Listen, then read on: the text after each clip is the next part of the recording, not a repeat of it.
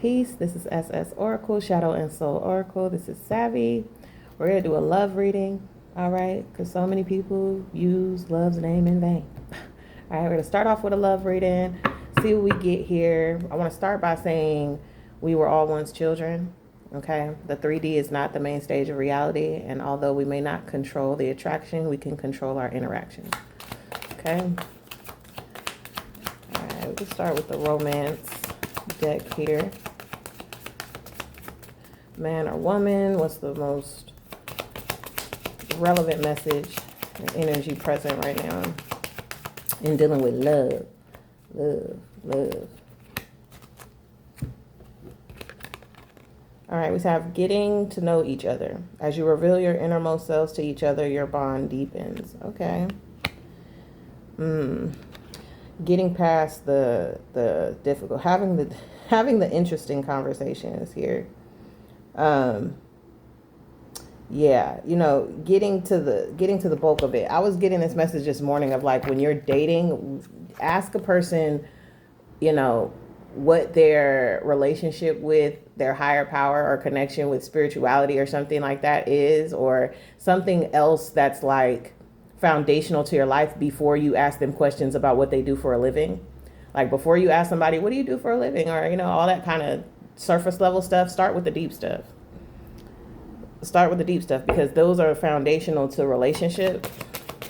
Okay. Again, I'm not getting whether or not I'm speaking to a woman or man specifically, but this is definitely somebody who's met someone already, getting to know each other. We got free yourself. It's time to take back control of your life. Okay. I don't know, maybe it needs to be known. You see, it's like a unicorn inside of a fence thing here. Maybe in the past relationships, like, you felt trapped or blocked in relationships in some kind of a way, like your autonomy or your uniqueness or your light or your rarity in some kind of a way felt constricted. So this is about you acknowledging and emphasizing with this person that you're dealing with that you're not into binding or bounding yourself. Like, you know what I mean? Like, maybe this isn't a relationship that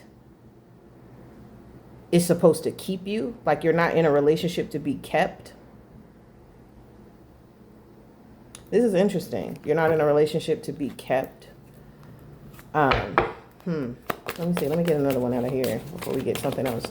You're not in this relationship to be kept. Like, you want to get to know somebody. You want to be with somebody, but you're not trying to be kept stuck or something like that.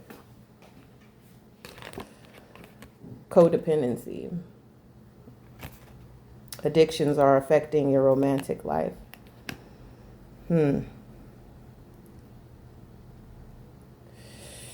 You know what? Like, when you've spent a lot of time alone, you know what I mean? Because maybe this free yourself card was like, you were in a relationship where you felt trapped. You got out of that relationship. You met somebody new. But it's like, it may be difficult to move forward with this person because of some idolization that you have with isolation. Like, you want to be alone, but you want to be with someone. Like, you have the ability to form deep bonds and getting to know people, but it's like there's this thing of maybe feeling like you're going to lose independence.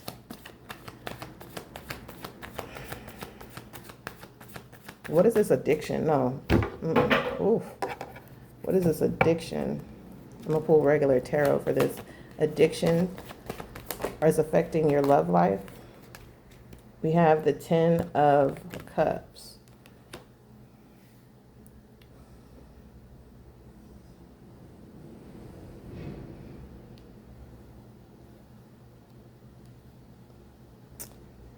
Maybe family is involved with this. Like, family is involved with this. Like there's an energy of wanting to like basically have it all, like in a family, have kids, have community, have connection. But it's like there's this isolation energy where it's like, maybe it's like an attitude where it's like you feel like you can be better off alone. But I mean, if you put yourself out there for a relationship, you kind of gotta relax on that. You know what I'm saying? There's a conflict going on within your energy where it's like you want this energy of, you know, ultimate fulfillment, but it's like you're addicted or overconsumed by your own independence and isolation to where you feel like there's like this energetic like cord within you or something that's saying like, I don't need nobody. Like, but that is conflicting with your desire for this. You see what I'm saying? Let me pull one more tarot.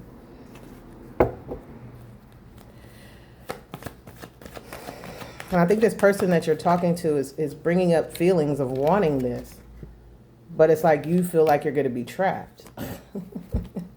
Justice. Okay, like, you know, there may be a blessing in this relationship. Okay, like there may be an actual blessing in this relationship. Like from feeling like you're trapped comes the opportunity to be, you know, in a relationship and getting to know a person where things can be balanced. Okay, things can be balanced, but you know, there's your autonomy and then there's your, say, commitment to another person. And you know, you have to be able to balance that. You know, like you got to be able to balance that. Like there's a blessing in this relationship, right? There's a blessing in being in this relationship with this person or something, you know, whether it ends up romantically or platonically. I haven't seen that yet.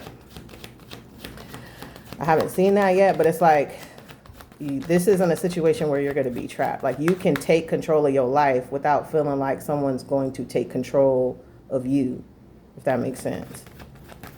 Like that's part of the boundaries. Maybe that's what it is. Like you got to have strong boundaries. Maybe that's what needs to be discussed here and getting to know each other. Like what your boundaries are, what your non-negotiables are, you know what I mean? So that you don't hide from the relationship. You know what I mean? I'm better off alone. I could just be by myself. Okay, yeah, that's true. We can, but you know, that energy you got to ease up on that energy if you want a relationship. You got to give it a chance. It's like you're latching on and attaching to the idea of being alone, but you want somebody. Like that's conflicting. You got to open yourself up. What was that? We got the Five of Swords.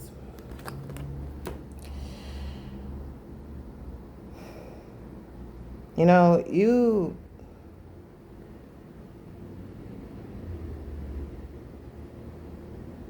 and like, I don't know, maybe you ever think about talking about the past. Like you ever think about talking about the past, like past arguments and stuff like that, like how you've won or overcome like heartbreak and betrayal. Like you champion your ability to overcome betrayal and get through conflict and get through argument. That's a strength though. Like there shouldn't be much pride in that. Like I'm getting a pride energy. Like you have a pride in that. Like you want to protect your heart. Like you'll do whatever you need to do to protect your heart. You'll protect your peace, protect your truth. You know, because of certain betrayals and conflicts that you've dealt with in the past, like that needs to be, you know, emphasized. But it's like, I don't know, there's like this snarky feeling, this snarky kind of energy where it's like, you know, after you've been hurt and you gain this attitude of like, I'll cut anybody off. Like you get real like sassy. Like you could get real sassy like when you've dealt with a lot of betrayal and heartbreak or conflicts and stuff with people in relationship, and you get to this point where you are willing to let go of any relationship or argue or whatever to protect your peace and protect yourself so that you don't feel trapped. And that's cool, that's honorable, but it's like maybe that could be a little bit off-putting. That might could be a little, because it says in a way like you're willing to win for the sake of your own heart that may be compromised in a relationship that requires confrontation. You know what I'm saying? Because there may be confrontations and stuff in relationships where we have to discuss difficult things, okay, and talk about things. But it's like if your mindset is, I want to win this argument, or I'll cut you off if I don't like what you say, that's not healthy, okay? Like, that's not healthy. It's not healthy to be like that. You have to be able to, and not be able to, but be willing to, listen in conversation and not just want to win the argument or make your point and leave and be like, if this is too much, I'm just going to go. You see what I'm saying? Like, that's the kind of energy that I'm getting. Let me pull, we'll do this. We'll do the Love Oracle. Okay, this is general here. This is a general love reading.